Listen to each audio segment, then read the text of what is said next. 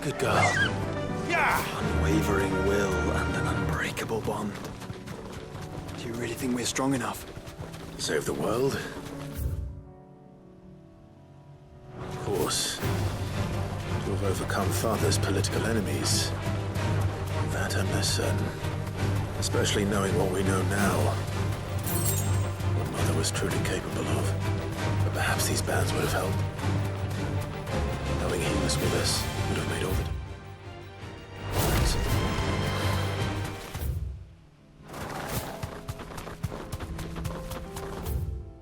It's just back there.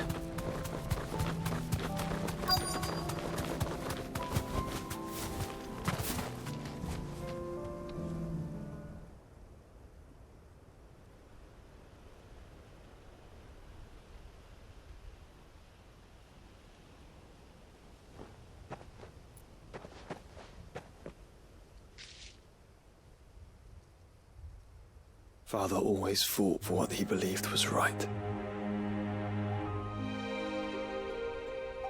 It wasn't until that night at Phoenix Gate that I realized I had never fought for anything. I always had someone else to do the fighting for me.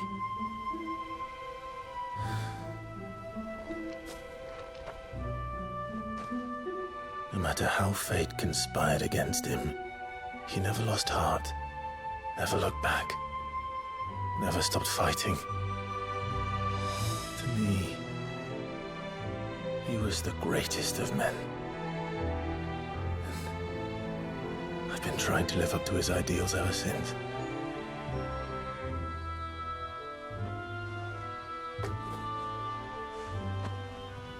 We all have, Clive.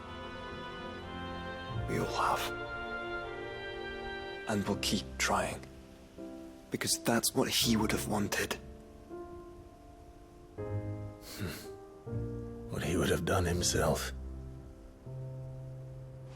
Even if it meant standing against the very gods in the heavens. I shall be borrowing this, Father, if I may. That you might watch over us as we follow in your footsteps.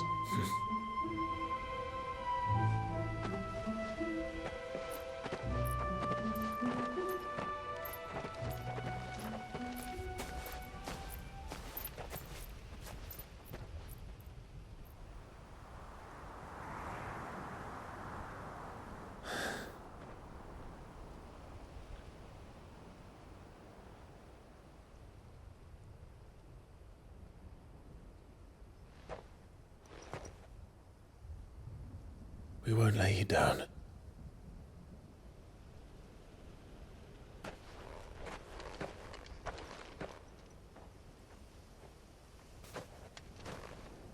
Onward then. Onward. To the end. and to a new beginning.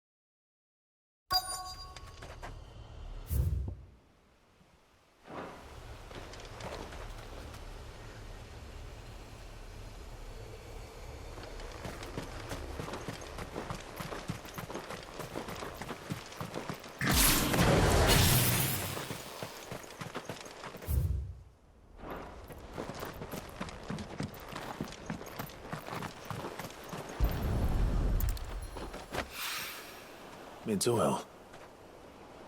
After what happened here, it's a miracle there was any left at all.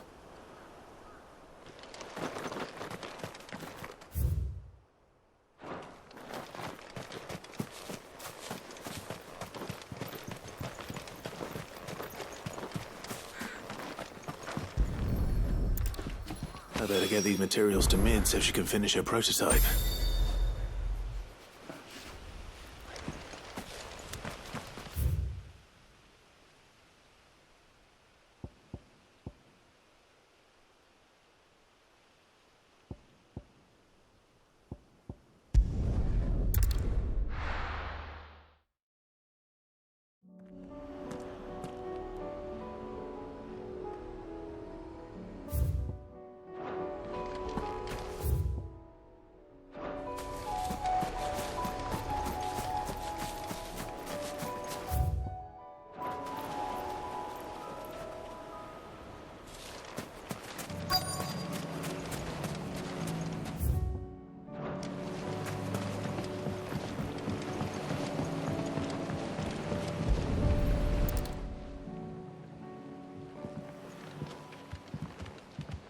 It's still here. After all these years. A lot smaller than I remember. And you're a lot bigger. You might have to swim, boy.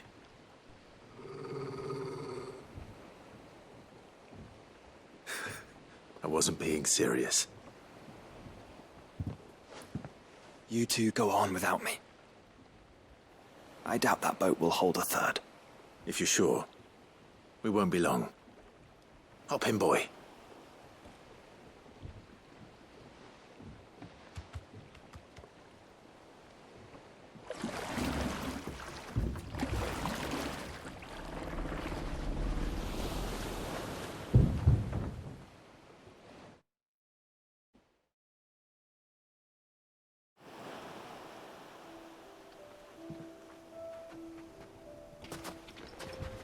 This place hasn't changed at all.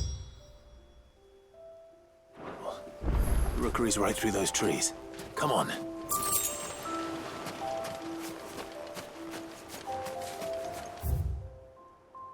Race you there? I bet I could still beat you.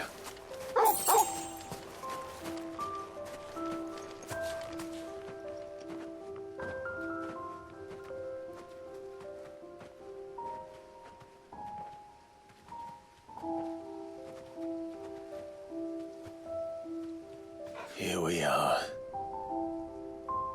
This was our hideaway. Wasn't it, Torgal?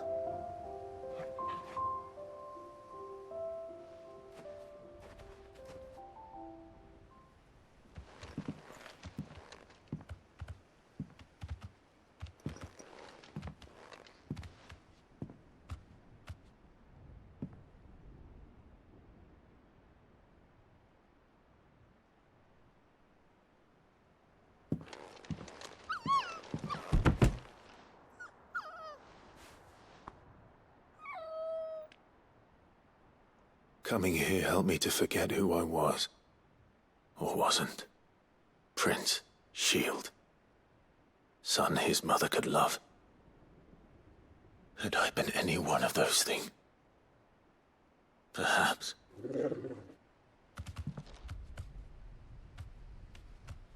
What is it, boy?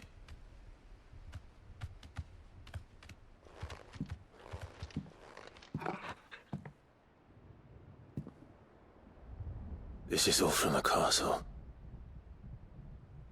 And Phoenix Gate.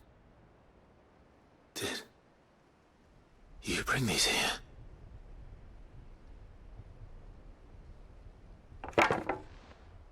My sparring sword.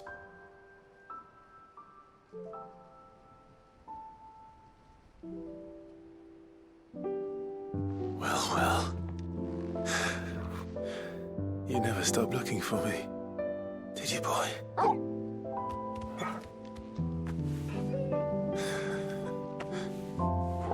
Thank you, Torgal,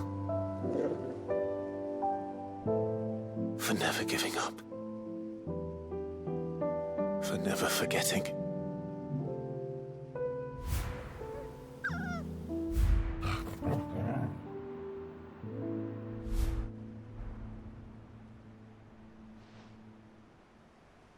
Let's take this with us, shall we? So I don't forget either.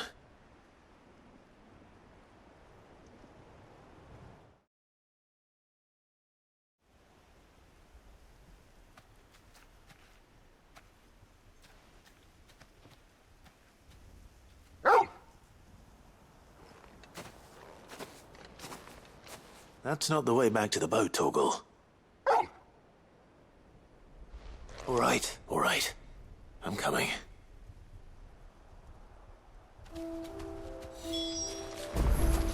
I think I know where we're going.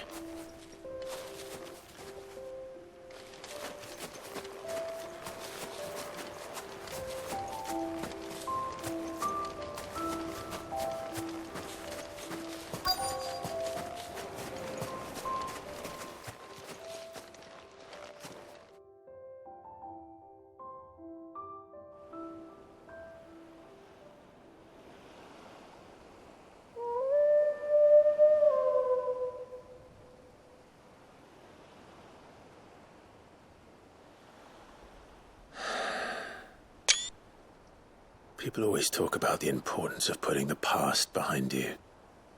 But without it, we wouldn't be who we are today. And we certainly couldn't steer our way to a better tomorrow. Come on, Torgal. Let's go home.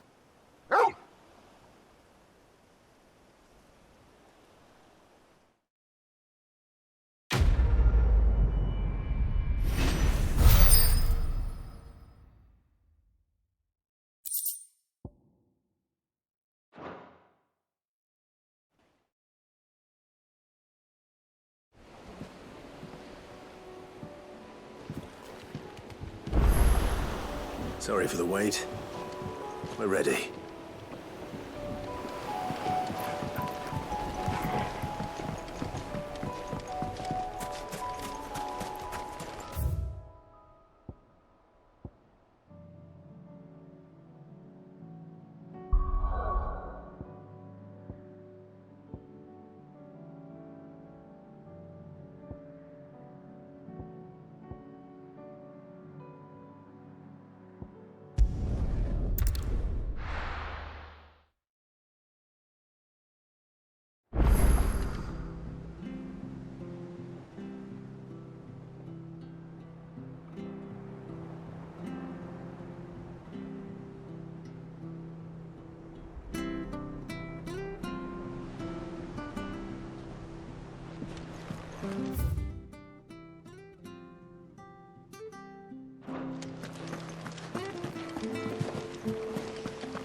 There's something about it. You should have seen.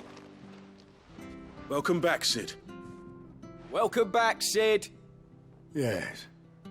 Welcome back. Trip wasn't too much of a pain in the arse, I hope. Truth be told, it was me who suggested roping you in to help with the trial. But from what I hear, things didn't go quite as planned. No, they most certainly did not.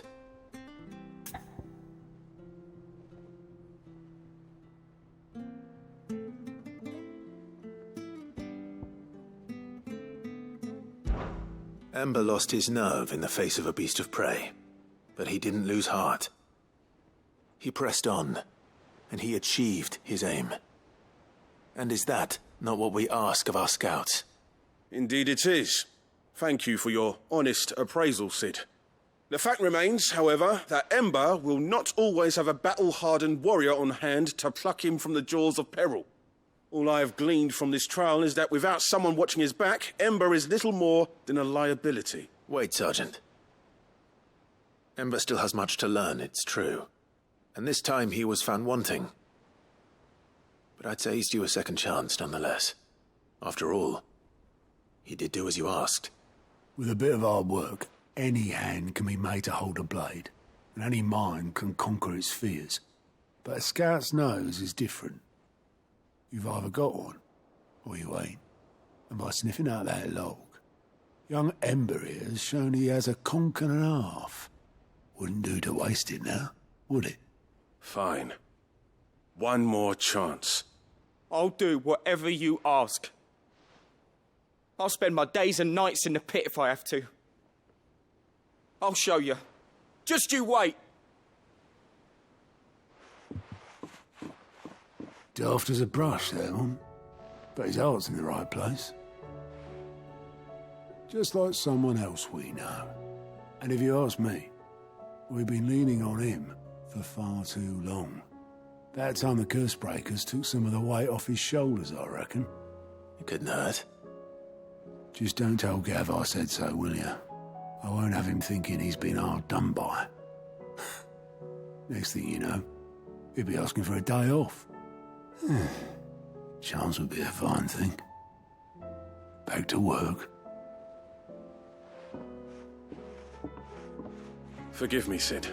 This did not play out as I expected. Things really do these days. But that's why we need men like Ember more than ever. Men who can make the best out of a bad situation. Remember that. I will, Sid. Thank you.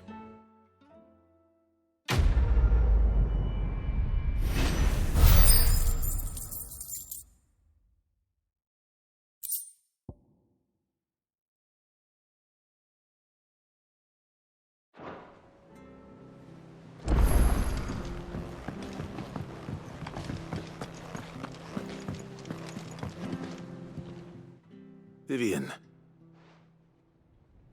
I found it. The book you lost.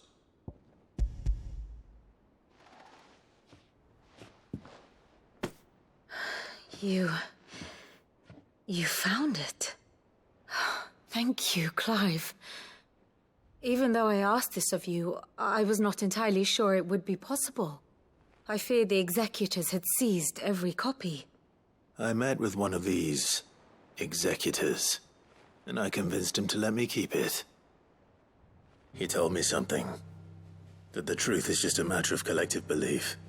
And that if enough people believe a lie, that lie becomes the truth.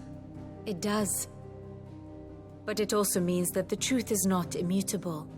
That it can be changed. Provided that those who wish to change it can convince enough people that their perspective is the correct one. As the sad history of the bearers proves. You said that the book inspired you to become a scholar. It did. Or its author, rather. She was a heretic, you see. A firebrand and a dissenter. A gallows stood ready for her in every corner of the realm. And by shunning society, or perhaps being shunned by it, she stumbled upon a truth so potent that an entire realm trembled at the prospect of its utterance. I, too, have always felt somehow set apart from the world of men. A stranger to my own species. She taught me that my solitude was not a curse, but a gift.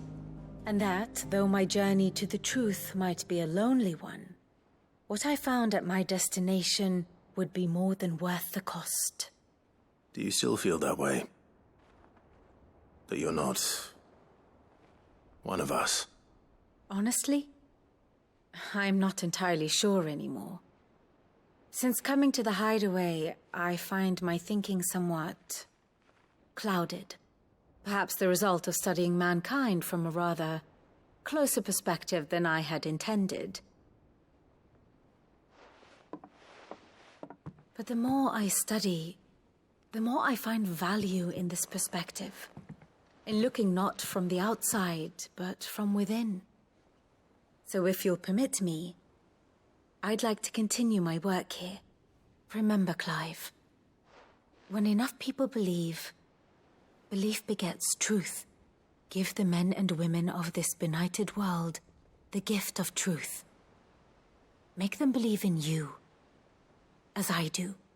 I'll try, Vivian. I'll try.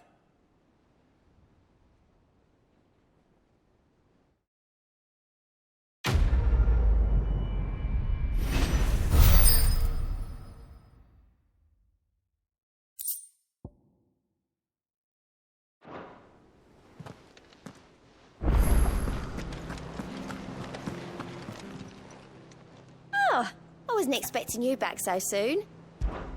Is everything we've received and everything promised all yours? All done? How are you doing? Here you go. Always something in there.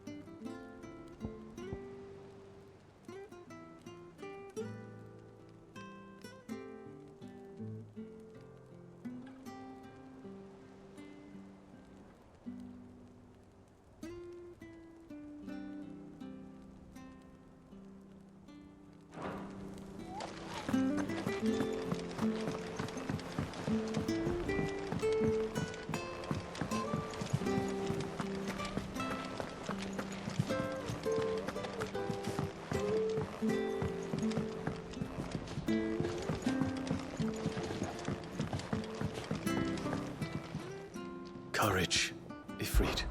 My decision is made.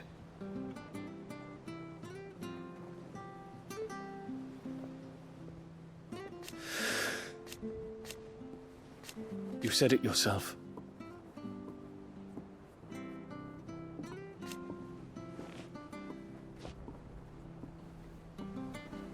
He must be stopped.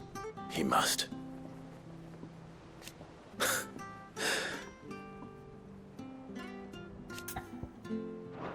I await your word.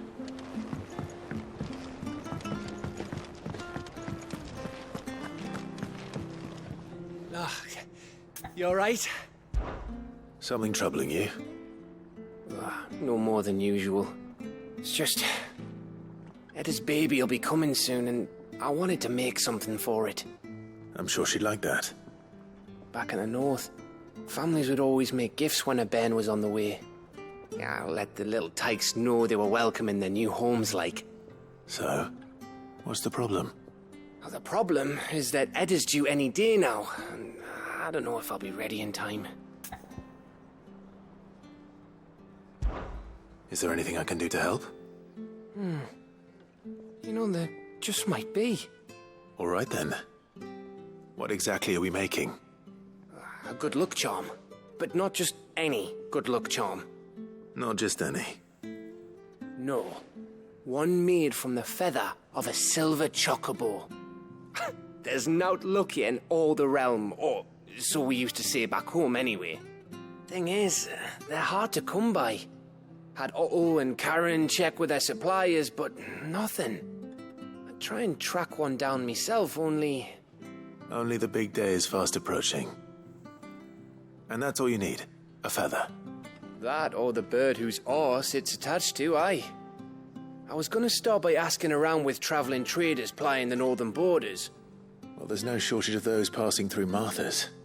I think I might make that my first port of call. I'll let you know if I find anything.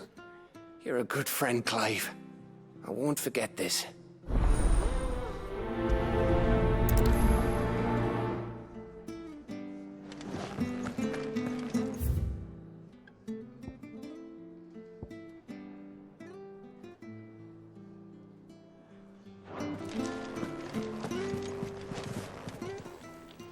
Clive.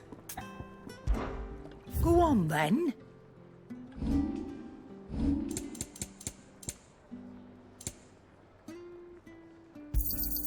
It'd better I'll be here. Come again. Or don't. I'm not much bothered either way.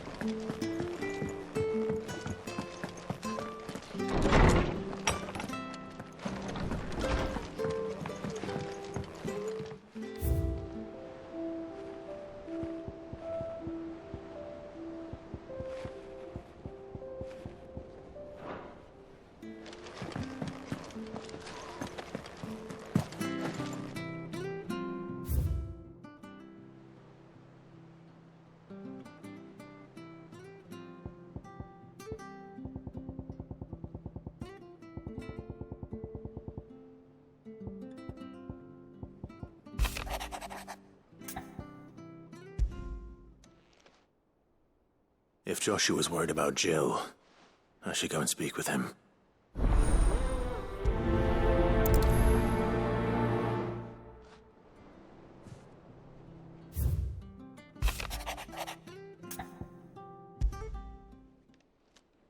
It's usually me making demands of Hippocrates.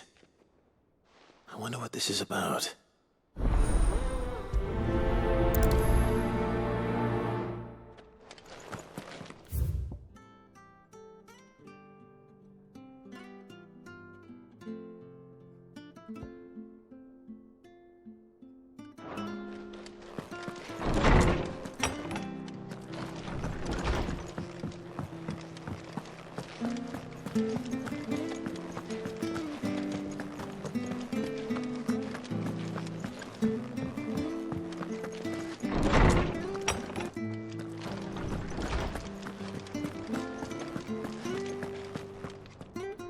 Lawsman Hippocrates, I received your note.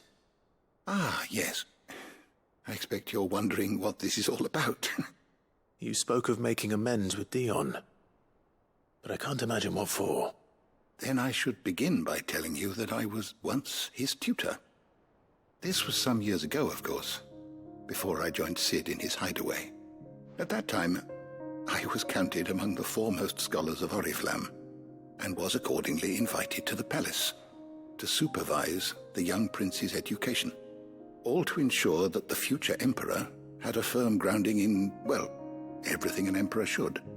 History, religion, commerce, government. Alas, our time together was cut short when Dion left to join the Dragoons, his studies no longer being deemed necessary. I had not expected to meet with him again, least of all here. Have you spoken with him? No, I have yet to find the right moment. His Highness always seems so preoccupied, especially when alone. I would not wish to disturb his ruminations with idle words of greeting, not when I know he dwells upon the evil Ultima had him commit in the Dominion. The guilt weighs heavily on him, I know. But as you say, that was Ultima's doing. Surely you can't blame yourself. When I first met him, it was not guilt, but his people's expectations that weighed heavily upon him, and I did nothing to ease that burden. He bore it alone, until the day he could not bear it any longer. It is one of my greatest regrets that I only ever offered him my wisdom, when what he truly needed was friendship. The blame for Dion's transgressions lies not only on his shoulders, but on mine. I see. I'm ready to help you in any way that I can. Then I beg that you bring me a wild wyvern tale, Apothecaries across the ages agree that even to glimpse such a flower is to be granted inner solace. Fabulists and fraudsters all, of course. But there is oft a seed of truth to be found where even the most outlandish opinions align. Well, it can't hurt to try. Where can I find this flower? And how will I know it? You have seen cultivated wyvern-tails before, I trust. The lily-white blossoms from whose roots the poisonous ink for the brand is distilled. Well, those which grow in the wild differ only in their purple hue. The harsher the environment in which they are raised, the deeper the colour. There is a waterfall in Rickmal's Roost across the strait, where the flowers once grew in abundance. Whether they still survive there, I know not. But try as I might, I can find no likelier location. It's all right. I'll find you a wyvern tail one way or another. Thank you, Clive. And please, be safe.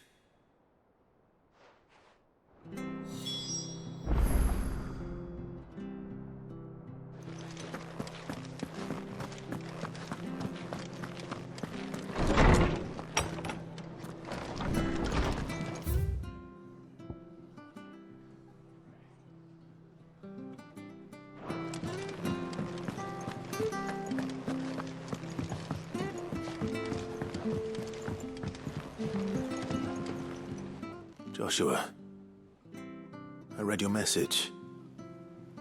You're right. Jill is different.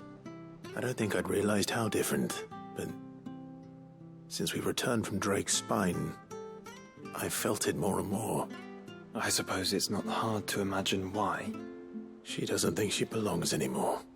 And that's why we need to remind her she is still one of us. To let her know that we still need her. Now more than ever. That you still need her. But how to do that? When last we were truly close, we were but children. Of course. Do you remember the time we accompanied Father on his annual tour of the Duchy? And Jill and I broke from the procession to ride up Man's Hill. To see the snow daisies, I remember. It was the first time Father had allowed us to join him. And when he realized you were missing, he had the entire retinue down to the pot boys combing the countryside.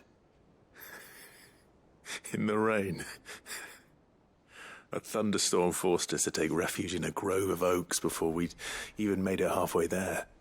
It was the Lord Commander who finally found us, and needless to say, he was none too pleased. Then it seems you and Jill have unfinished business. What do you say? Man's Hill. It's not that far. Oh, true. Though I suspect it is also much changed. Little in southern Rosaria remains as it was when we were children. You're saying I should go and scout the area for bandits?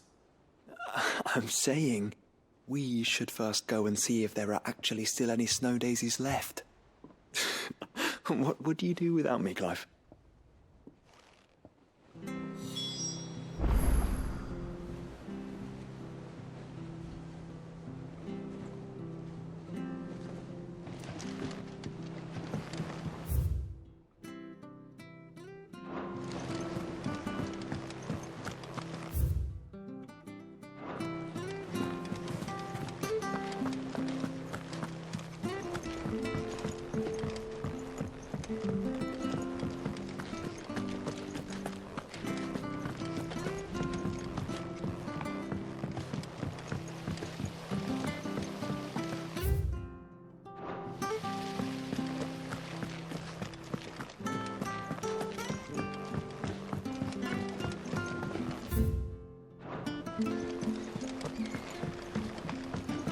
Miss Shirley says your books made quite an impression on the children.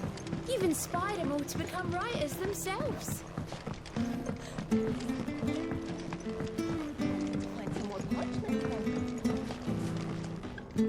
Mid, tell me this is all you need.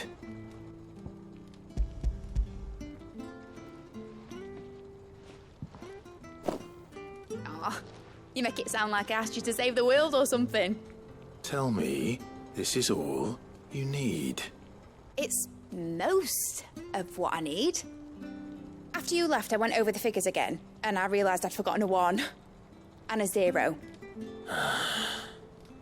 And And a cogwheel. Just a tiny one. Though, that's the problem. Gears that small are a bastard to make, and I may have lost the one Blackthorn spent a fortnight toiling over. wait.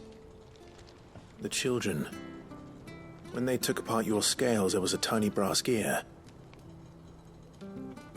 Now that I think about it, they didn't use it when we put the scales back together.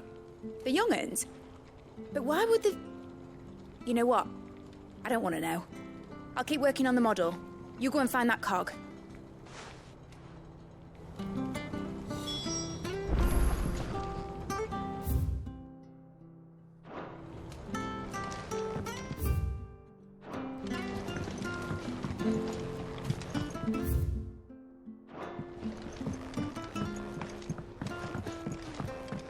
Has Midadol mentioned a new project yet?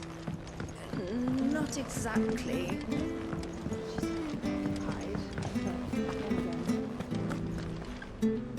I hear that you traveled to Ash, Sid. Did you by any chance recover the names of my fallen friends? I did. Yes.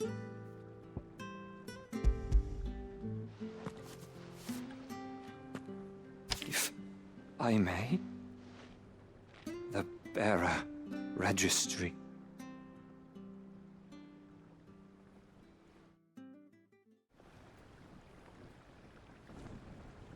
The director was a brutal man. He got no worse than he deserved. The registry was all I found beneath the tree. There was no sign of a body. Nor any record of what happened to the children after the orphanage closed. I pray that at least some of them survived. All their names are here. The ones we lost. My friends. My light in those dark times. I can still remember their faces, like it was yesterday. Children who were taken from their bunks in the morning, never to return. No explanation ever offered. They'd be happy to know that you survived, Herman. But why did I make it out alive, when so many others died in that awful place? It's not your fault. And blaming yourself won't bring them back. Honor their memory. See that their names live on. That way, at least. They're never truly gone. Thank you. Sid, I'm going to write a book. An account of the horrors of Badbach, and the spirit of those its custodians sought to crush. All of Valisthea will know of our suffering, and in the name of those I lost, I will not let it happen again. Neither will I. These records would have been buried for all eternity, were it not for you. Thank you.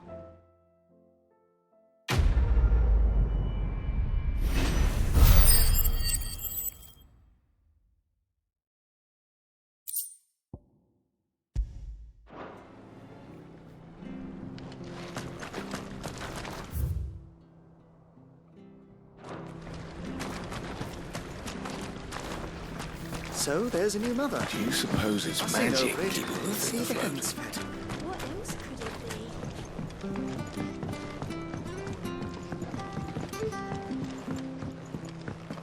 be? Has Midadol mentioned a new project yet? Not exactly. Sid! Is Mid still hiding from us? She wasn't hiding. She's fine. She's just busy working on her next project. A new invention? What is it? What is it? Is it an airship? I bet it's an airship! Do you think she'll let us help? That just so happens to be why I'm here. She needs something special, something only you three can provide. A brass gear. A tiny one. One that might fit on, say, a set of scales. Oh, the one you forgot! We remember! We saved it, just in case. It's in the bag of bits. Since your lesson, We've been disassembling, then reassembling everything we can find. All the pieces that are left over, we keep under our beds, just in case. That's good to know. Look! I found it!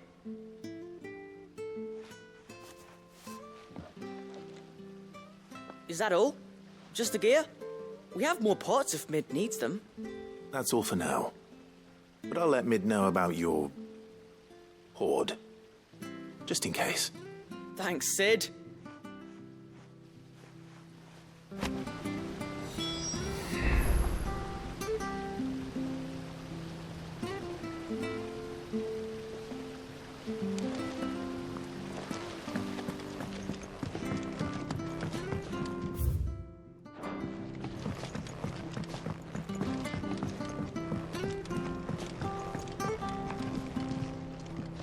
Well, did they have it?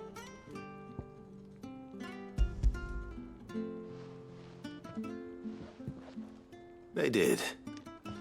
And they kept it somewhere nice and safe. Will it work? Will it work? He's perfect! You're a genius, Clive. What exactly are you going to use it for? Only the most important job of all. The wings aren't going to move on their own. But with the right cog in the right place... Well, you just wait and see.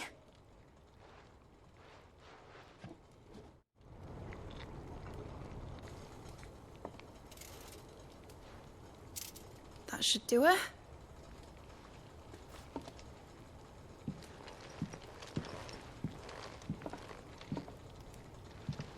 Here goes nothing.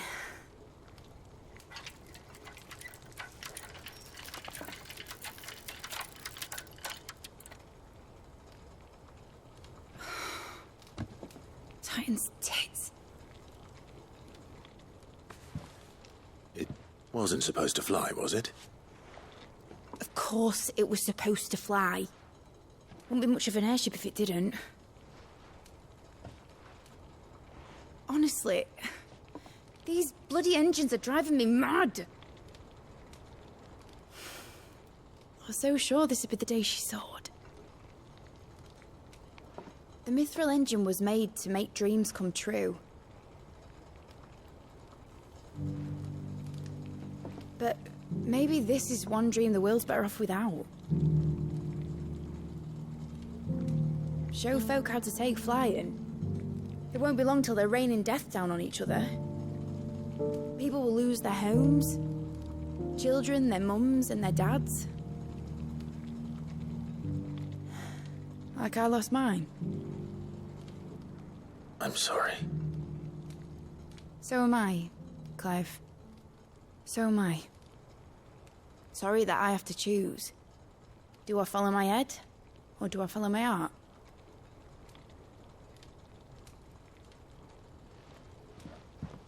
Good question.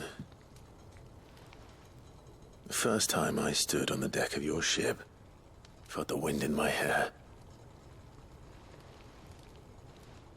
It was like I was flying. But imagine how it would feel to actually do it. My dad always said there were two ways of living life. Chasing a dream or shuffling to your grave. And he were right.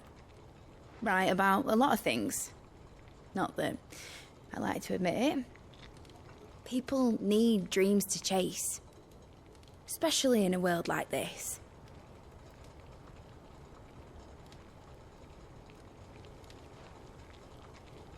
Right. When this is over, I'm gonna take all my Mithril engines to Zemeckis and sling them over the edge. I won't have my dream end up turning into someone else's nightmare. But all that hard work... All that hard work will not be used for war, Jamie. But it ain't like it'll be gone. Tell me, Clive, have you ever been on a treasure hunt? Not since Joshua and I were boys. Why do you ask? Because I'm gonna bury the engine schematics and leave behind a little riddle telling people where to find them. A really hard one. so that only the most dedicated dreamers will ever be able to work it out.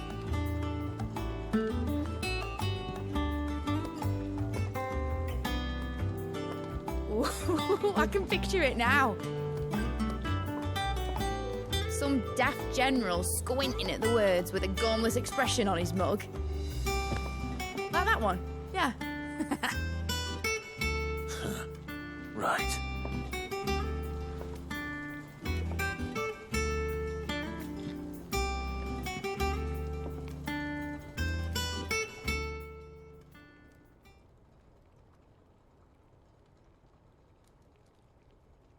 Of course, if I'm putting this engine at the end of a treasure hunt, I'll still need to make it a treasure worth hunting for.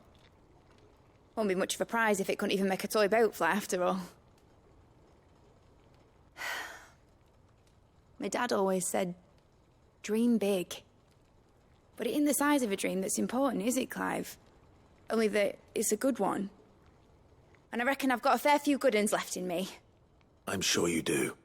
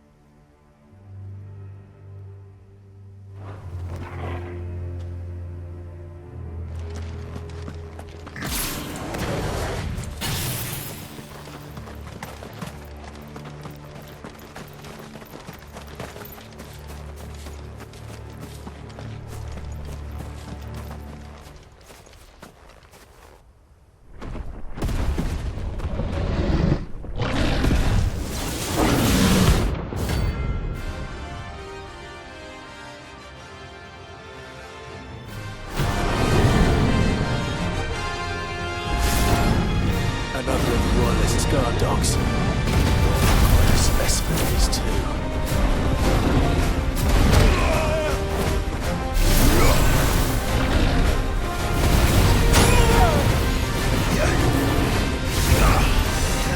Face up to yourself.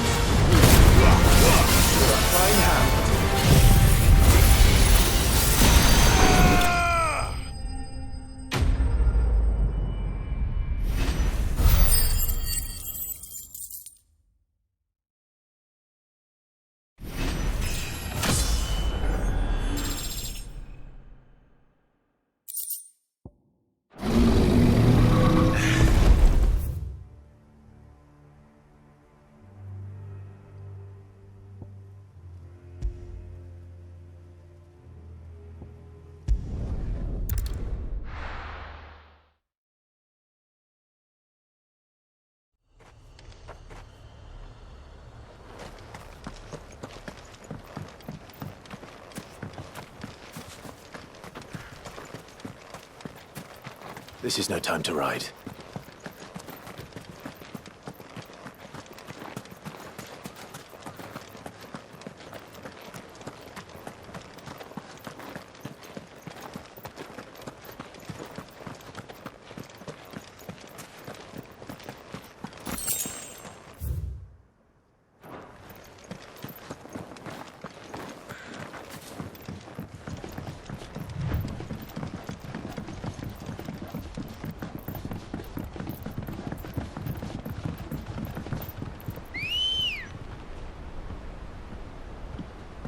Let's go.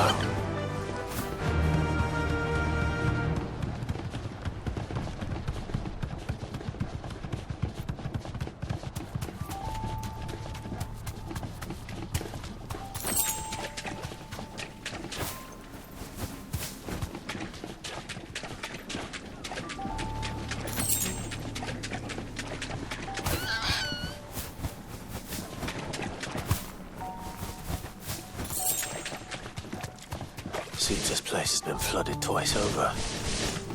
Purple flowers blooming next to a waterfall. Shouldn't be too hard to find.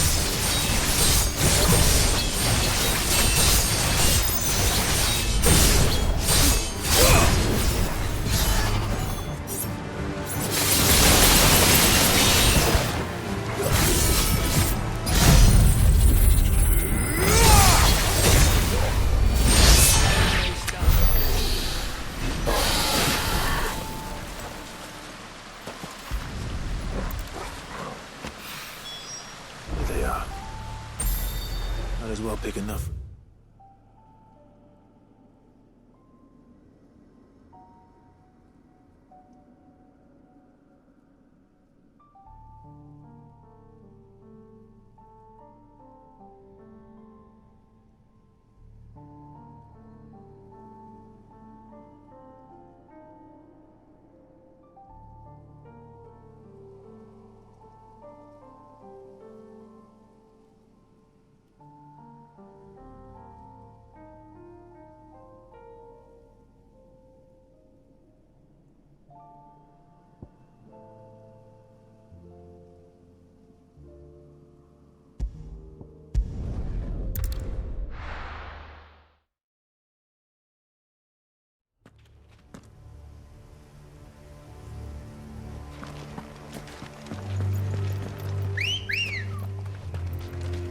Come on.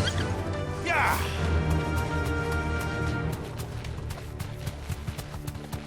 Oh.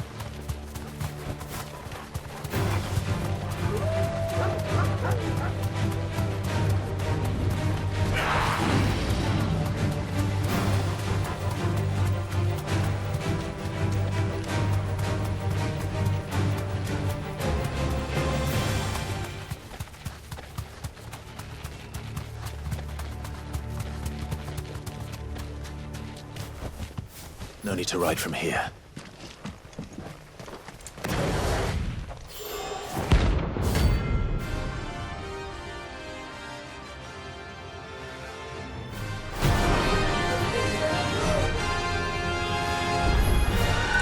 Armin's madness lives on.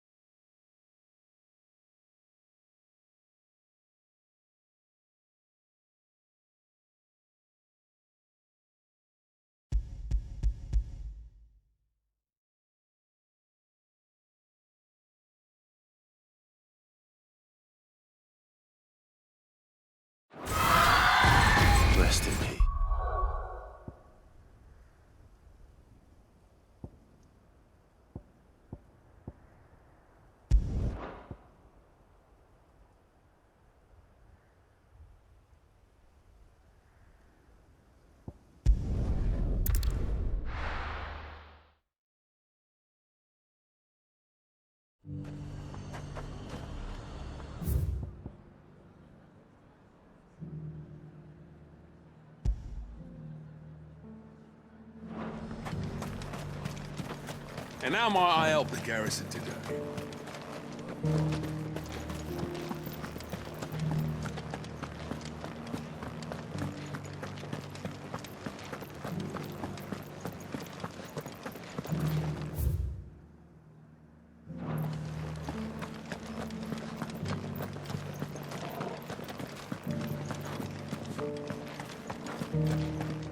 Haven't seen any of those priests.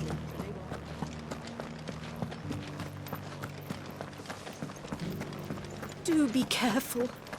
I will.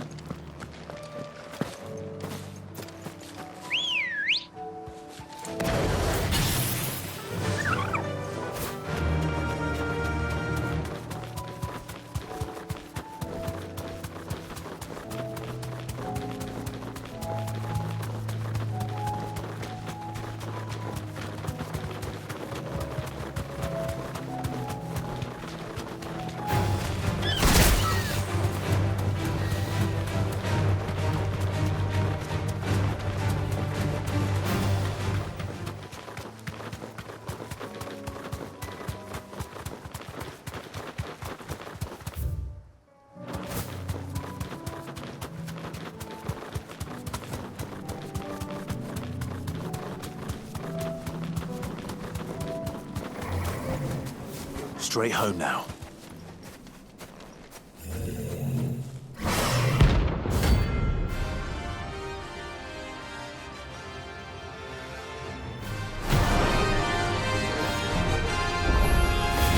Not another one.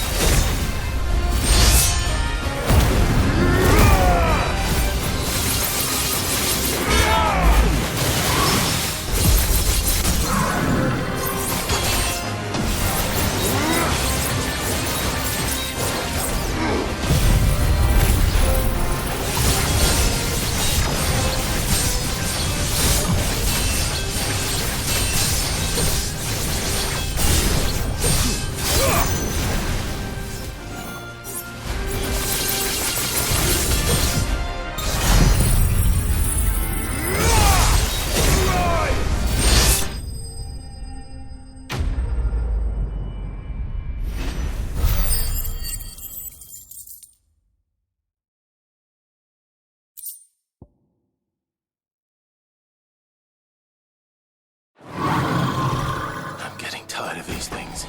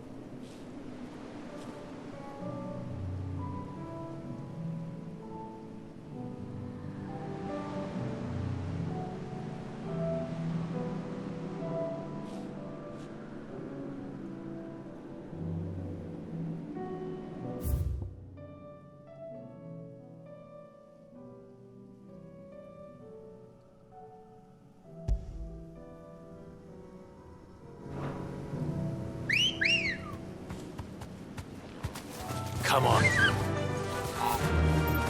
Fly, Ambrosia.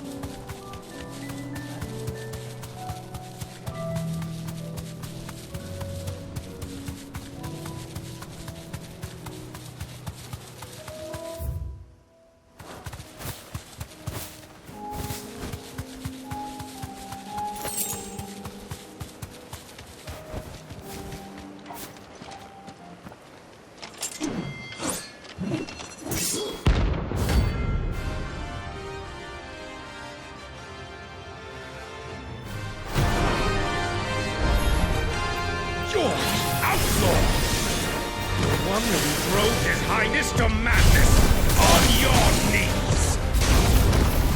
What? He hasn't heard. And it doesn't look like he's willing to listen.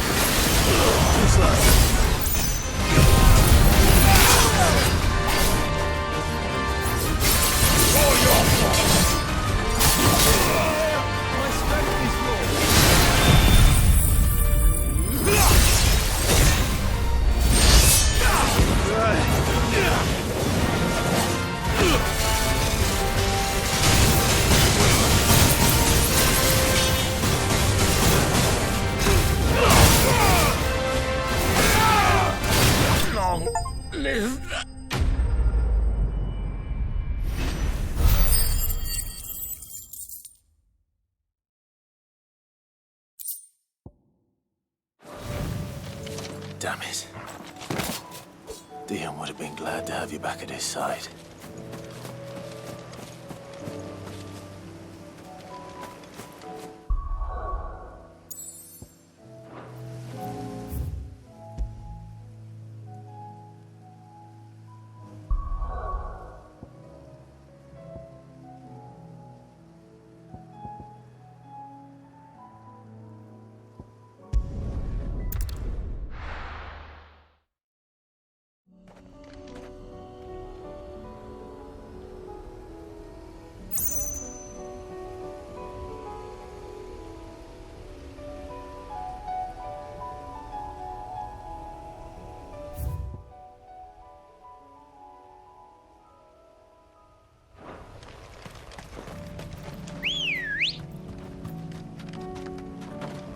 Ready, go?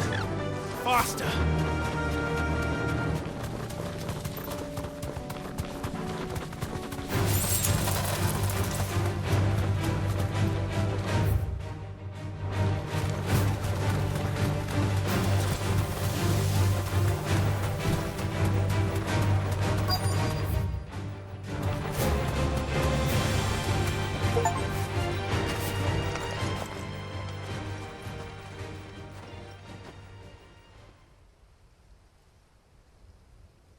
This is the place, but...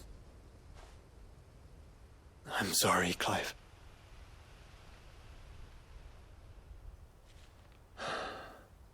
There's nowhere been spared. What do we do now? We keep looking. Man's Hill cannot be the only place where snow daisies grow. Perhaps, but... it's the only place I know of. Knew of. Then why not ask someone who might know of another? Someone at the backyard? To the hideaway, then.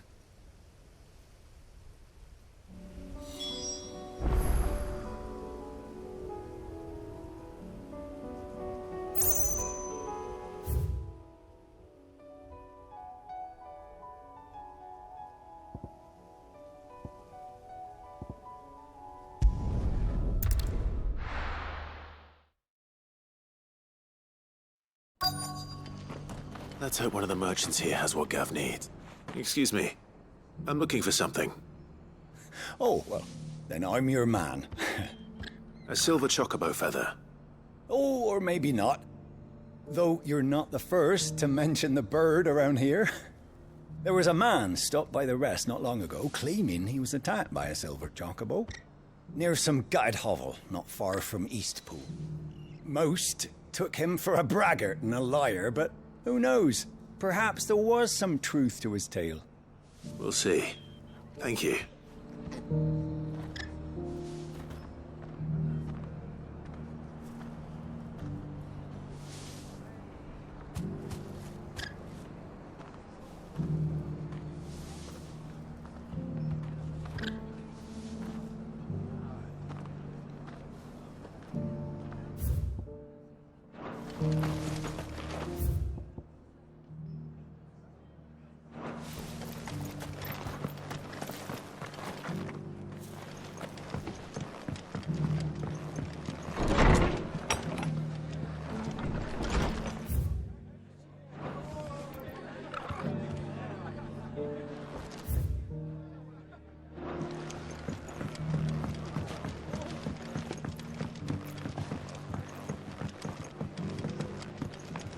Did you hear they're rebuilding Roswith?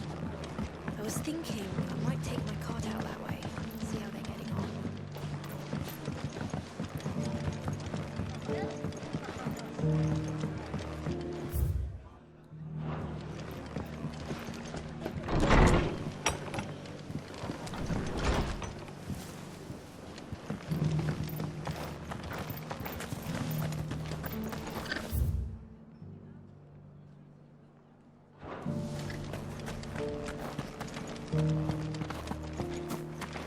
I'll build a barricade so sturdy, even a band of Curl Gone Blue couldn't break it down.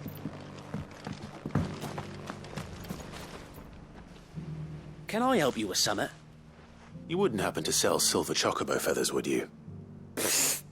I deal in fruit, not fancies. But if it's fancies you're after, I suggest you try Rhiannon's ride. Was a silver chocobo seen there? Oh, yes. If you believe the ravings of a madman. It wouldn't be the first time.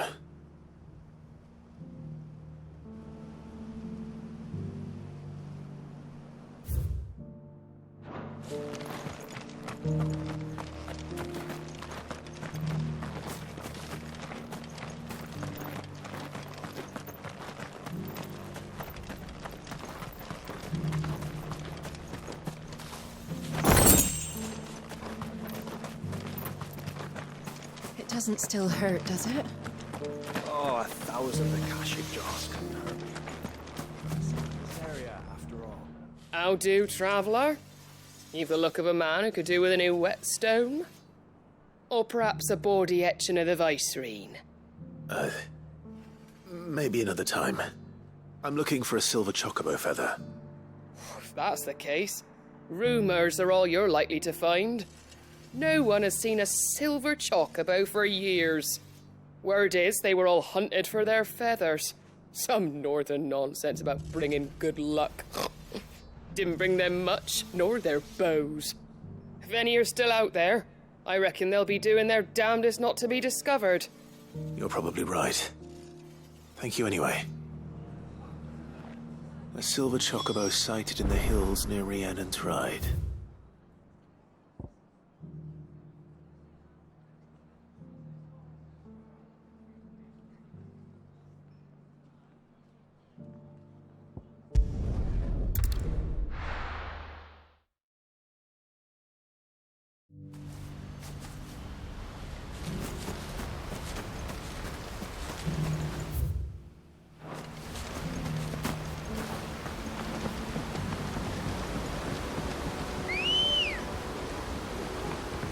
Come on. Yeah!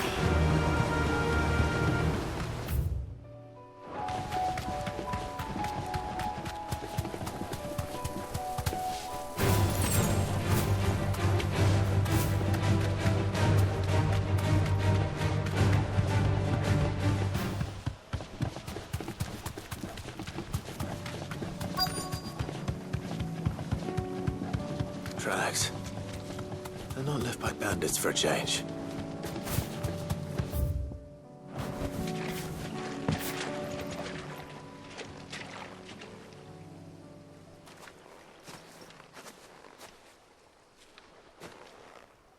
More tracks. And these look fresh.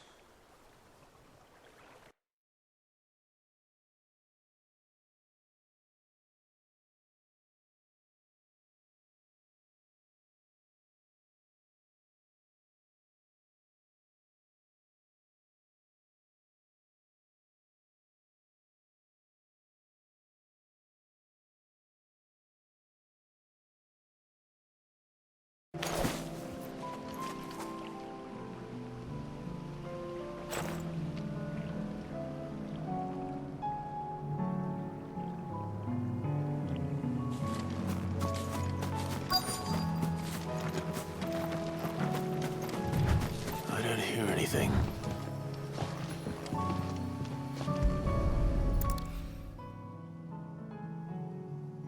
Well, I'll be damned.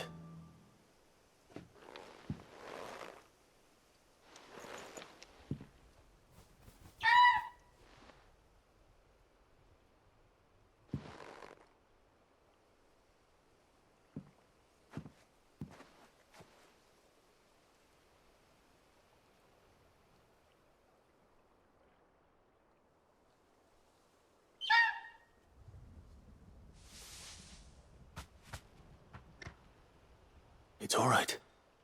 I'm not going to hurt you. Just borrowing a feather for my friend.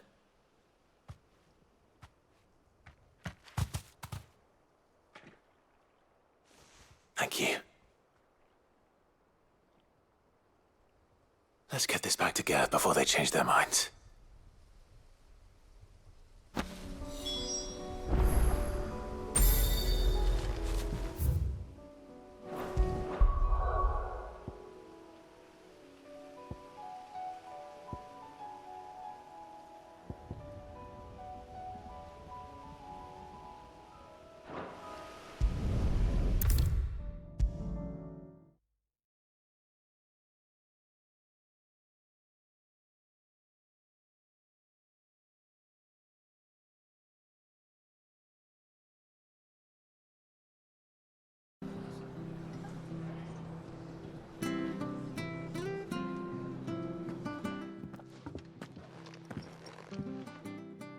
Clive, you're back. How'd you get on? Any luck? Any luck, you say?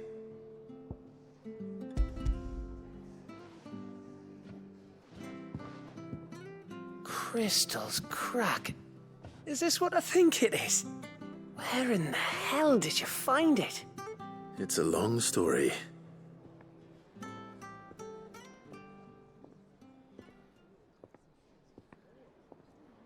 Right there on the road to Eastpool. Who'd have thought it? Everything up there's been abandoned for years. The empty cabin made for the perfect shelter. Though I fear my presence may have forced the poor creatures to look elsewhere. Don't blame yourself, Clive. The Blight's right on Eastpool's doorstep. They'd have had to move on before long, even if you hadn't have turned up. They'll find a new home. Trust me. After all, that's what us endangered animals do. Anyway, what matters is, you managed to nick us one of their quills before they could run off. And now all that's left is to fix it to the carving. I didn't know you could carve. Reckon there's a lot you don't know about me. Like the fact I'm as good with a whittling knife as I am with a sword. And that bone Ember gave me's a dream to work with. What did you say it was from again? An Avis? But it weren't your Avis, Sid. I slew one of my own at last. So all those long nights in the pit finally bore fruit. I'm proud of you, Ember. Don't speak too soon. I ain't done my trial yet. There we go.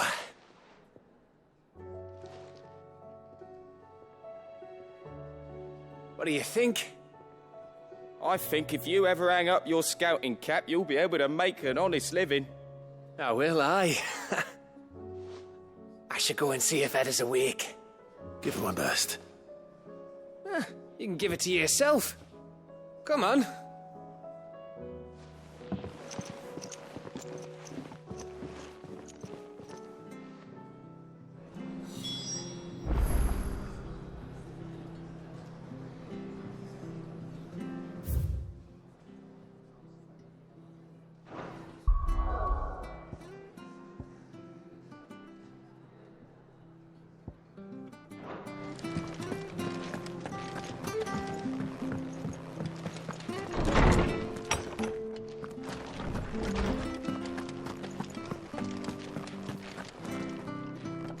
Oarsman, I found the flowers you were looking for. You did? I think I did.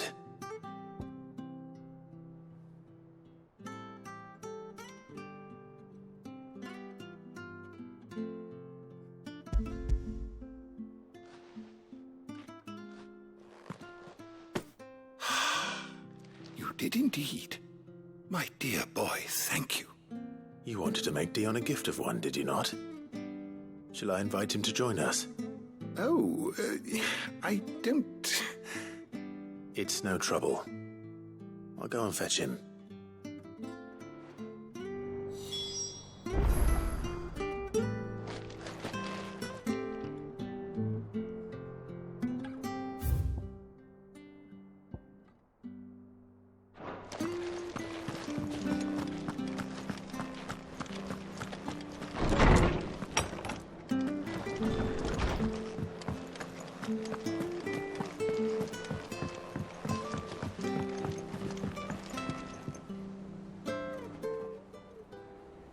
Your Highness, would you do me the honor of accompanying me?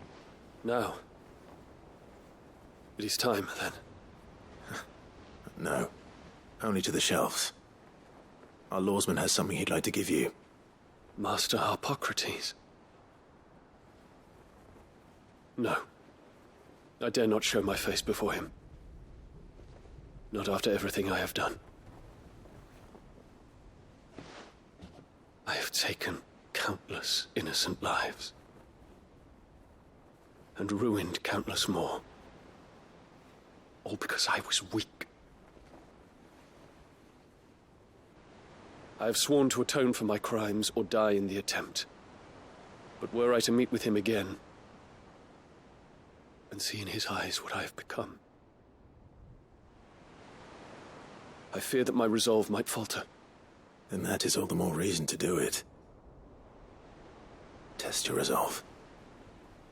Prove to yourself, and to him, how strong it truly is.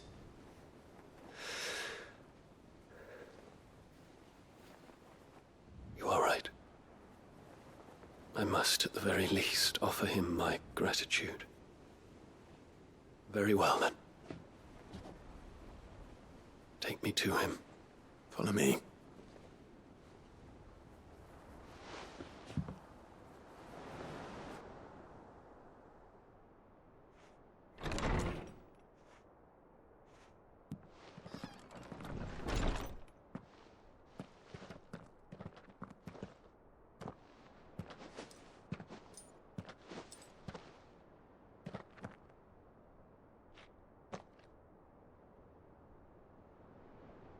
Even now, I hesitate to approach him.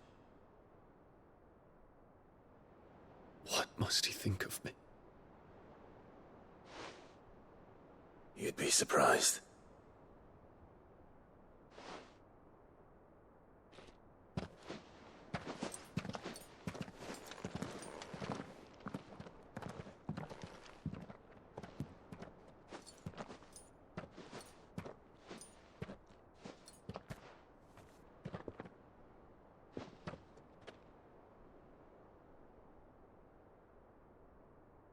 Master Harpocrates, pray, accept my apologies for leaving your tutelage before my studies were complete. Your lessons opened my mind to a world quite unlike the one I had imagined from within the gilded confines of the palace. And I shall be forever grateful for the efforts you made to enlighten me. Lift up your head, Your Highness. The deeds of youth require no apology. That you took the time to visit me says much about the man you have become. Now, there is something I would like to show you.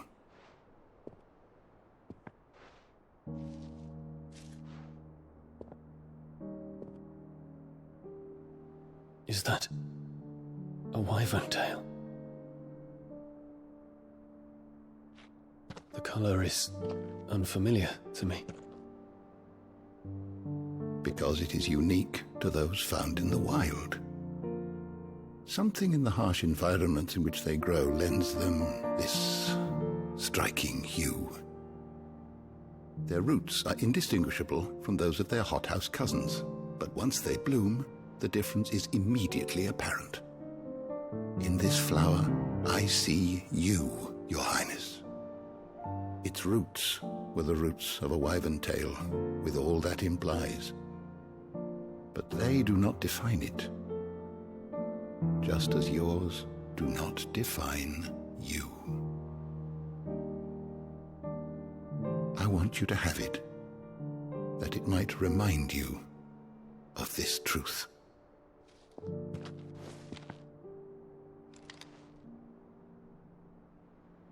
Master Harpocrates, I would ask of you a service. Keep your gift until I have fulfilled my duty to the realm, for only then shall I be deserving of it.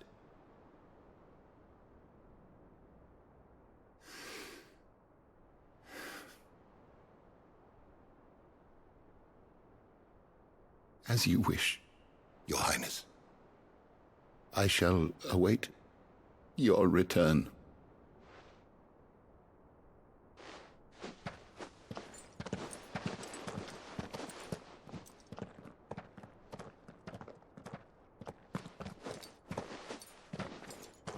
Our roots do not define us.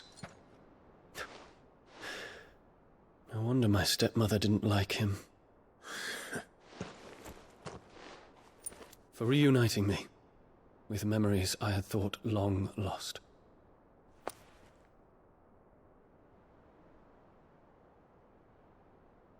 I shall not forget this.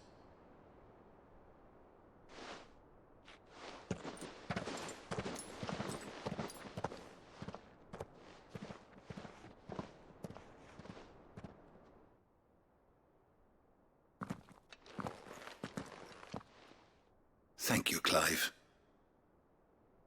Were it not for you, I fear I might never have found the right moment to speak with him.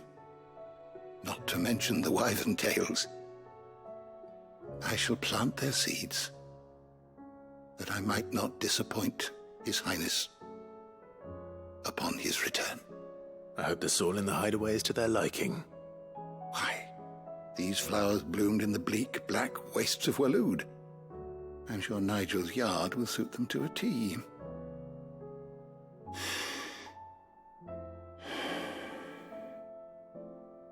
When it comes to expressing one's gratitude, I find that words are seldom sufficient. Here. What's this? A stolas quill. Or more precisely, my stolas quill. 'Tis said that an owl's feathers are steeped in the wishes it hears over its long lifetime. All those words just waiting to pour out onto the page. So consider this my wish for you. That one day you may put down your sword and pick up that pen. Well, when that day comes, I'll certainly have a lot to write about. Thank you, Harpocrates. It shall have pride of place in my chamber.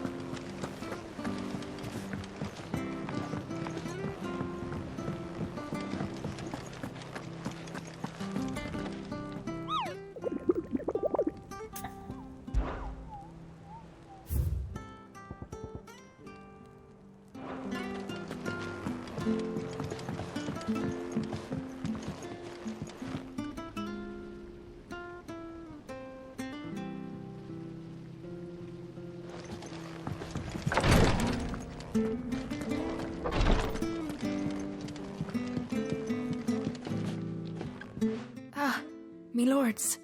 How are you feeling? Well, thank you. Is something wrong? Wrong? No, nothing like that. What it is, Go on, please.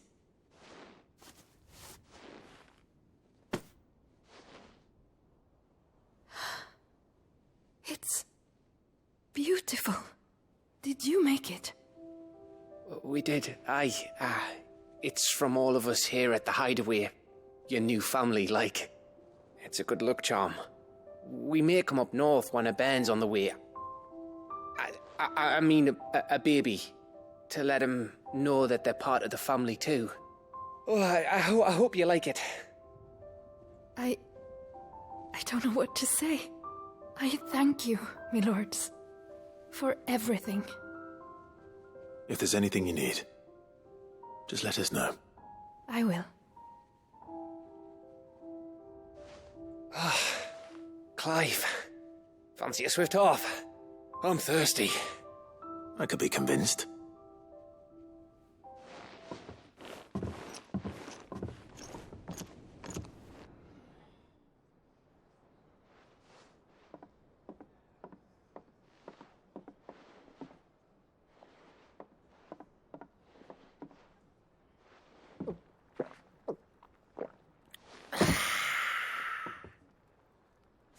Don't you think you've had enough? No, we're celebrating. I'm gonna be a father. I think Edda might have something to say about that. You know what I mean. Bit of light in these dark times.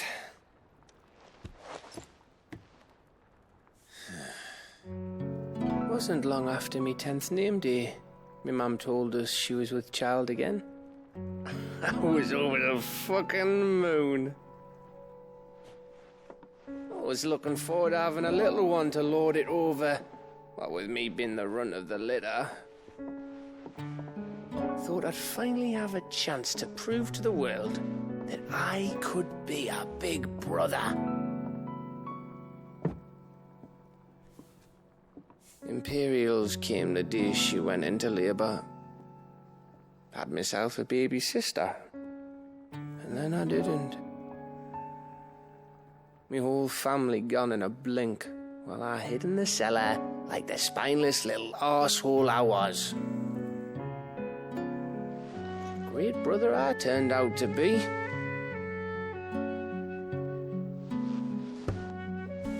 I'll never be a leader. And I'll never be a hero. I'm just a daft little dog who comes running when his master calls. I'll never be like you, or Sid, or Jill, or even Torgal. Have you finished? Maybe.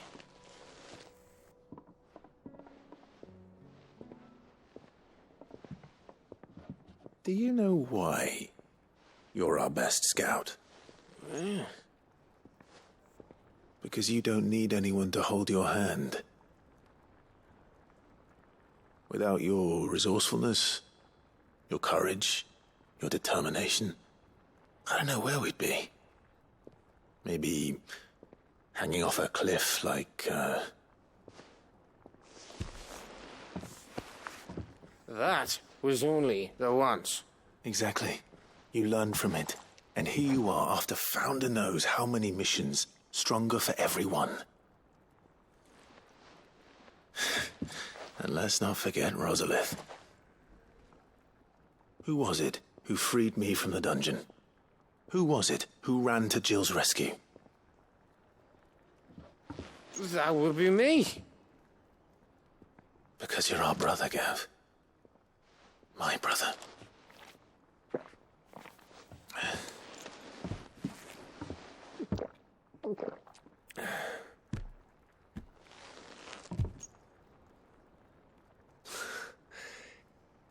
Your brother.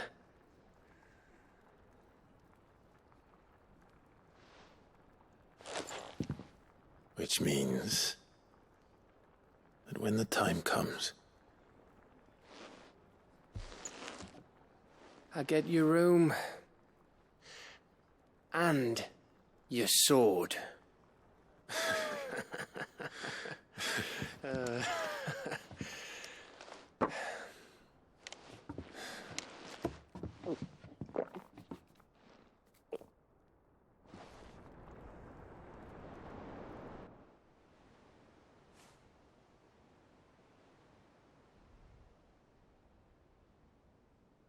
I may have had one too many.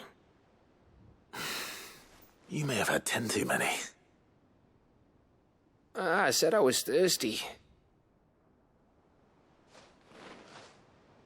Better get back to work anyway, after I walk this off. Clive? What is it? Thanks for, you know. I know.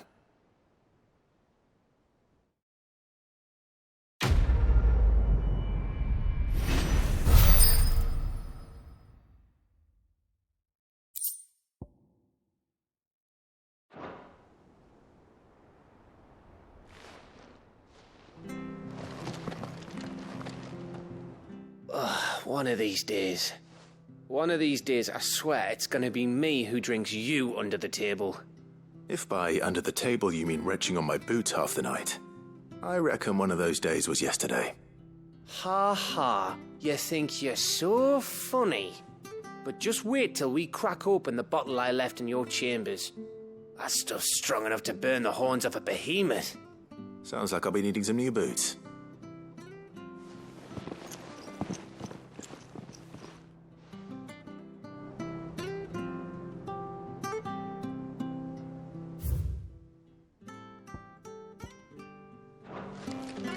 You think they'll come back? Of course they will. It's just a big crystal. Clive. Goingpurse weighing you down?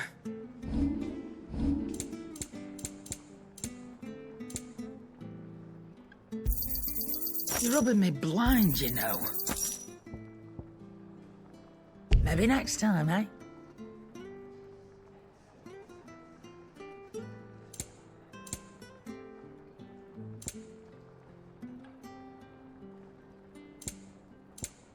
Is that all?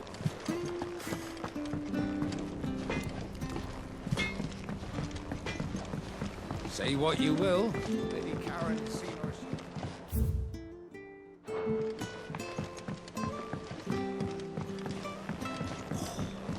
This should tide us over to the new moon.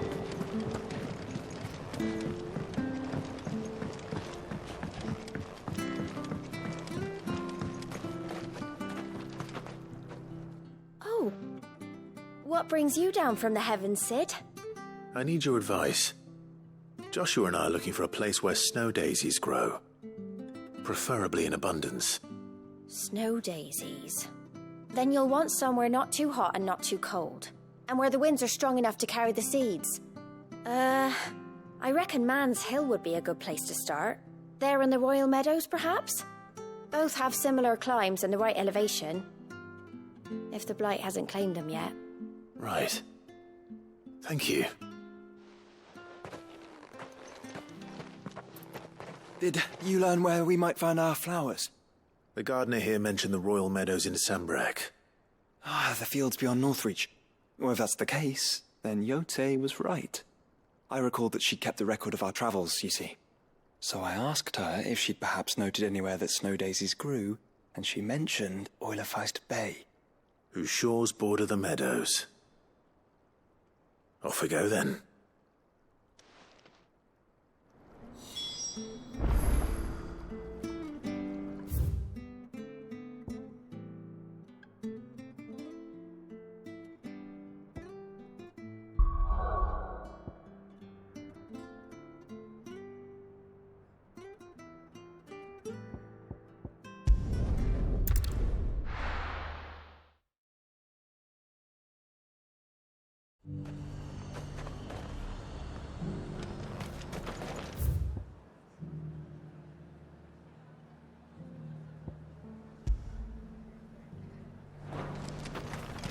And how might I help the garrison today?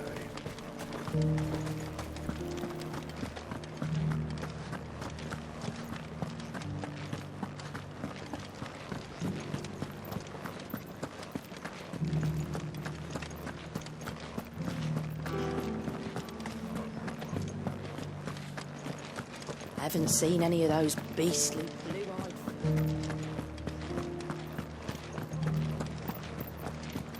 Do be careful. I will.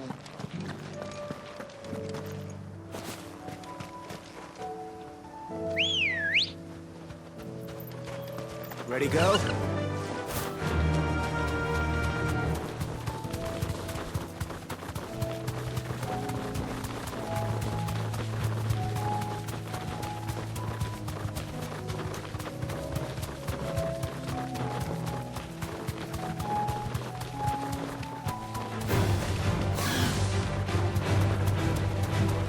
Are vast. Where do we even start? Yote mentioned the coastline. We can start there.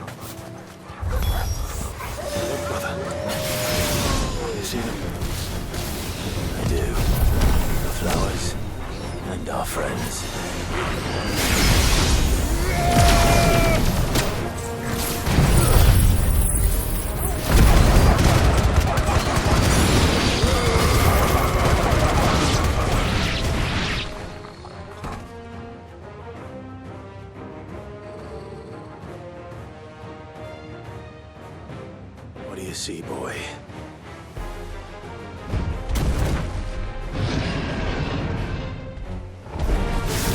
Let's hope this is the last one. Only one way to find out.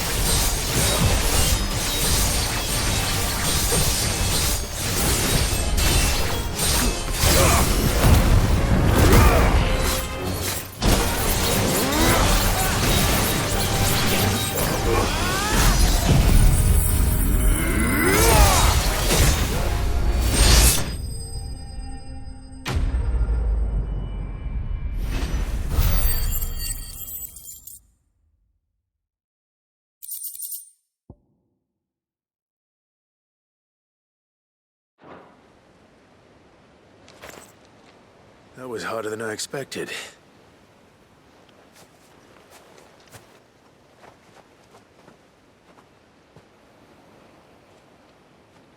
But found her.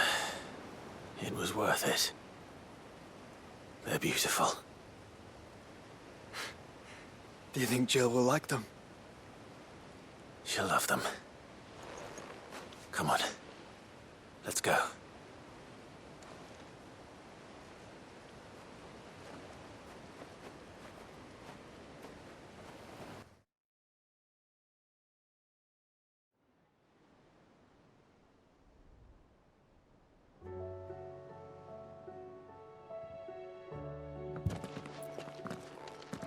It appears my work is done. The rest, as they say, is up to you. Well, you and the skies. We wouldn't want another thunderstorm now, would we?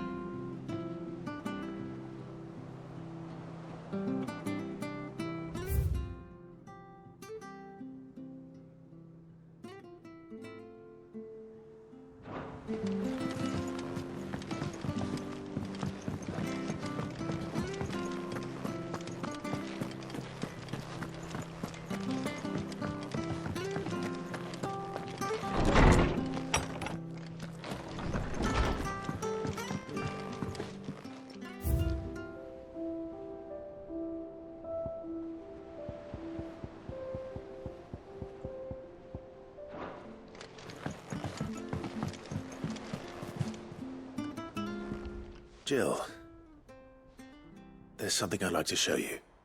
There is? And where might this something be? It's, not here. Now, I know this is sudden, but How would you fancy a trip to Oriflamme?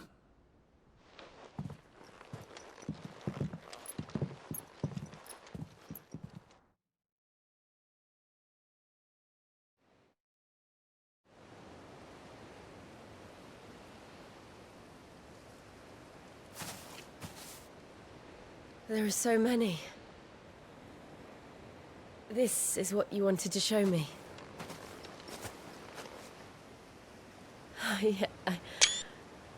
I don't know what to say. You don't need to say anything. The smile on your face is enough. We've been worried about you. Joshua and I. Do you remember when I took you to Man's Hill? Or tried to? How could I forget? You saw me crying and thought a change of scenery might lift my spirits. In the end, it earned me a nasty cough and a stern scolding from your mother. But I felt wonderful nonetheless. I'm sorry. I had no idea what I was getting us both into. But I couldn't bear to see you like that. Before we left, my chambermaid told me she'd overheard your mother talking about my marriage prospects with some of the noblewomen at court. They were debating whether it would be more profitable to marry me off to one of the high houses instead of saving me for the ducal line. No one thought to ask me what I wanted. I was nothing to them. A pawn at best. I felt so trapped. So lonely. I didn't know. But I wasn't alone. You were there. Your hand in mine as we ran for those oaks. And I knew then, no matter what happened, I would be all right. I'll never forget that feeling.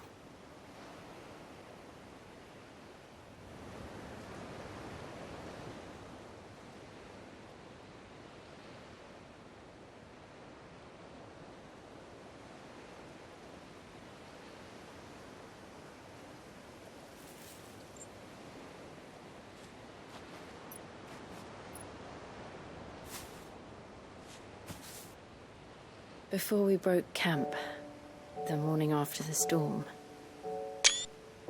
do you know what I did? No? What? I slipped away from my governess to climb the tor. And from there I saw a sea of petals, all reaching for the sun. And I realized that no matter how terrible the night, dawn would always come.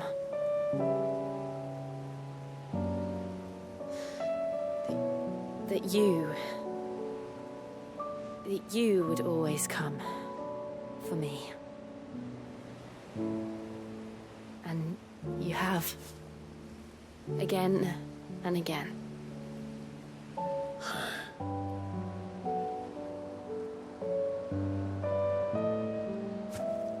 Where do you see us? When all this is over?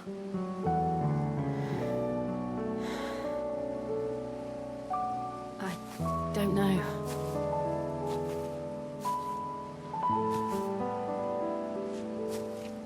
Not here, though. I think I've outgrown the twins. After everything we've been through, the realm just seems so small. I'll need some space to spread my wings. Then that's what you'll have. And I'll stop at nothing to see that you do.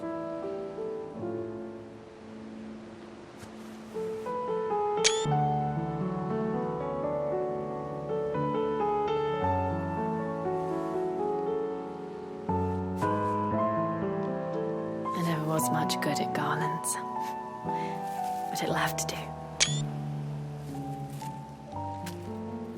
treasure it forever. Thank you, Clive. For this, the flowers, for everything. It's exactly what I needed. You are my treasure.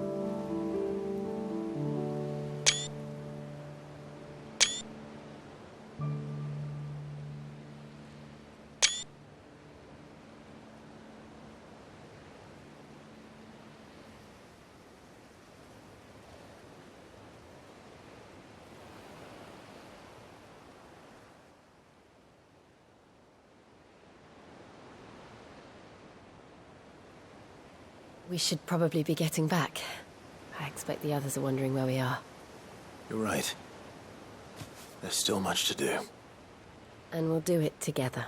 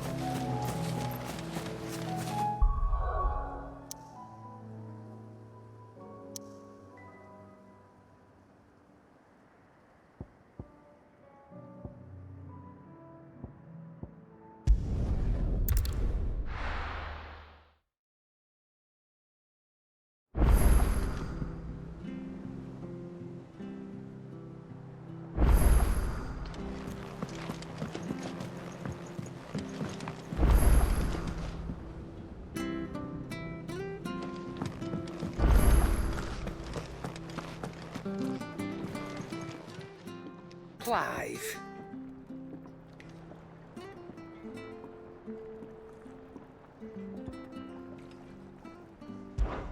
Is something the matter, Karen? You seem perturbed. Do I know? How clever of you to notice.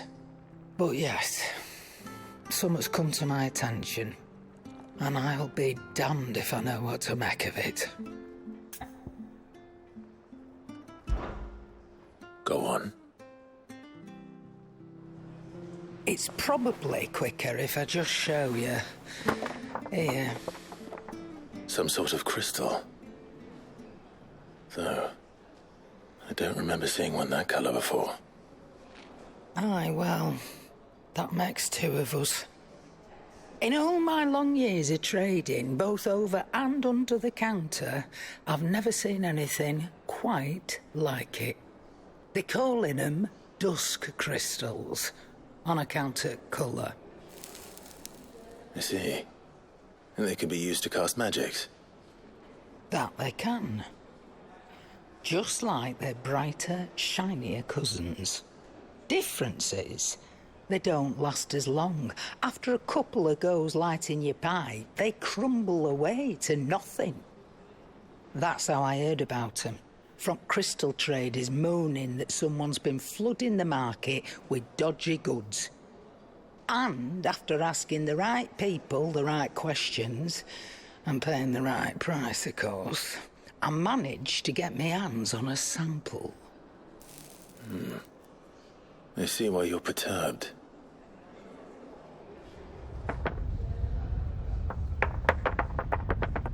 Hey, Hope. Do you feel that, Clive? Yes.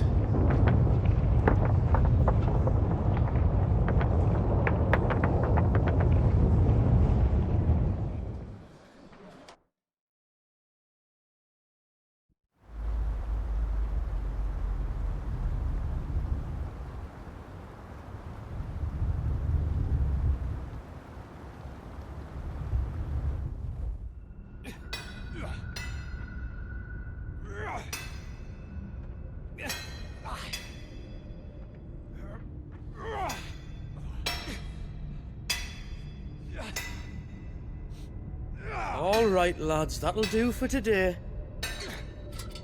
I said that'll do for today. Yes, Chief. Yes, Chief. Let's get this lot back to town, fill our purses and then our bellies.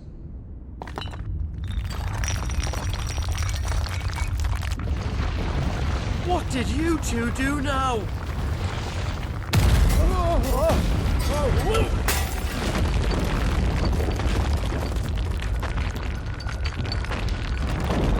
Please tell us you bought another lantern. Stay calm, both of you.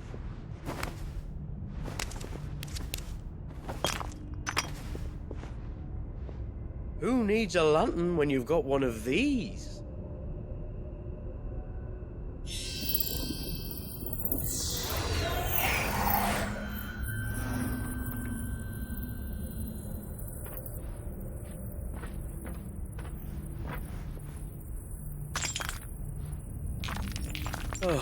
All that work for a single spark. Well, there'll be no more sampling the merchandise today.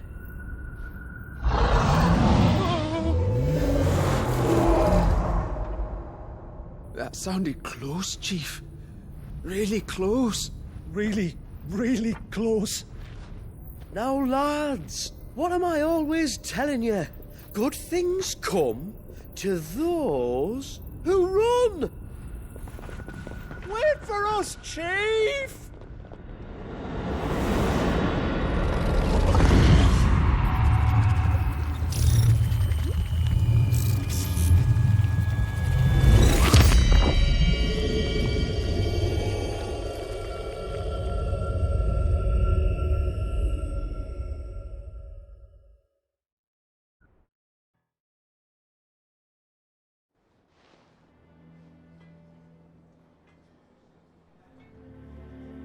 I've never felt a tremor this far inland before. Me neither. But then, I'd never seen skies like these till a few moons ago, and it's been all change ever since. Come to think of it, the first anyone ever heard of these dust crystals was after you lot came back from the Dominion and brought this bloody weather with you. Do you think the two things are connected? Who knows? Could just be that with Drake's tail gone, the black market was running short of the good stuff. The Dominion's mines were the only source of new shards left in Storm after a certain evil outlaw decided to do away with the other mothers. And with the price of decent crystals going through the roof, traders turned to dealing in stuff they'd never have touched before. The question is, who's selling these crystals and where are they? Wait. This color. They couldn't be from Origin, could they? No, that wouldn't make sense. I saw it form in the sky, and that was long after we returned from the Dominion. But if they didn't come from Origin or any of the other mother crystals, then... does that mean... that you missed one? Aye. That were my thinking, any road. Another mother crystal we didn't know about. I'll speak with Joshua. If you're right about this, we need to find it. And quick, I'd say. On account of which, I'll take this shard over to Tomes for you. Get him to give it a once-over, case it rings any bells. Right. Thank you. And I expect you'll be wanting Jill's help with this, too. Right again. I will. Let me go and find Joshua, and we'll meet you in the shelves.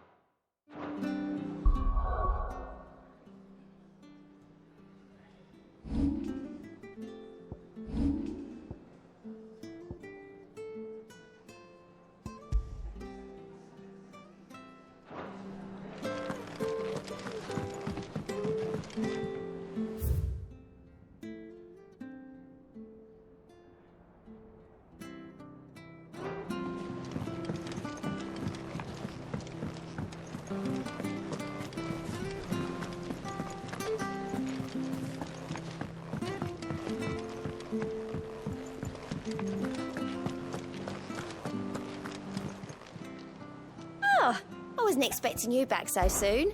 Here's everything we've received and everything promised. Best of luck out there, Sid. Fancy a look at the list, do you? Anything catch your eye? Think you can help?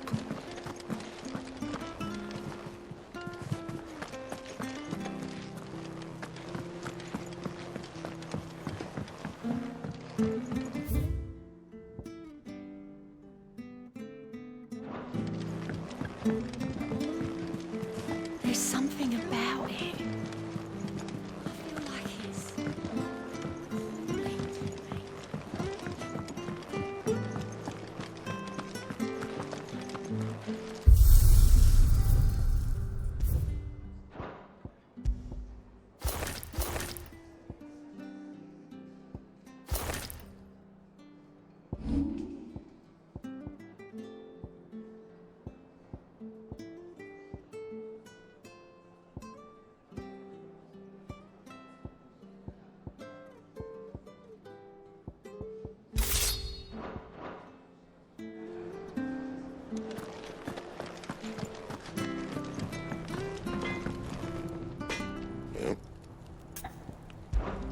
What do you want?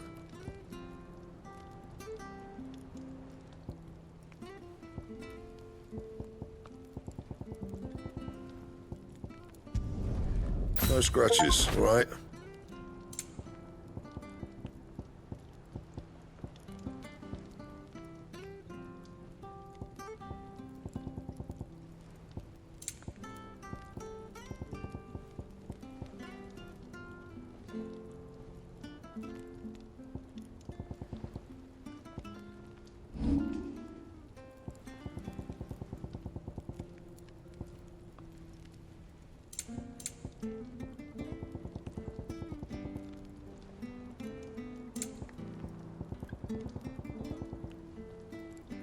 That it? Fine.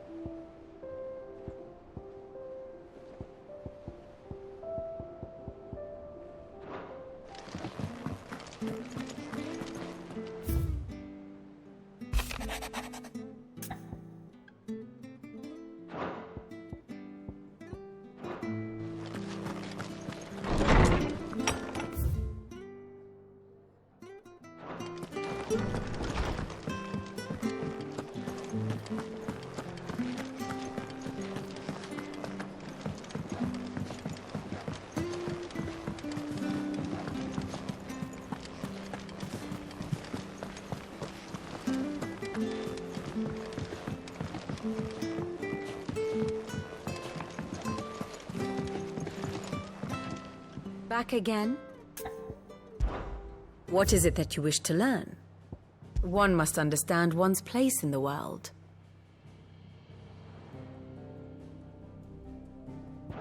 Thus ends today's lesson.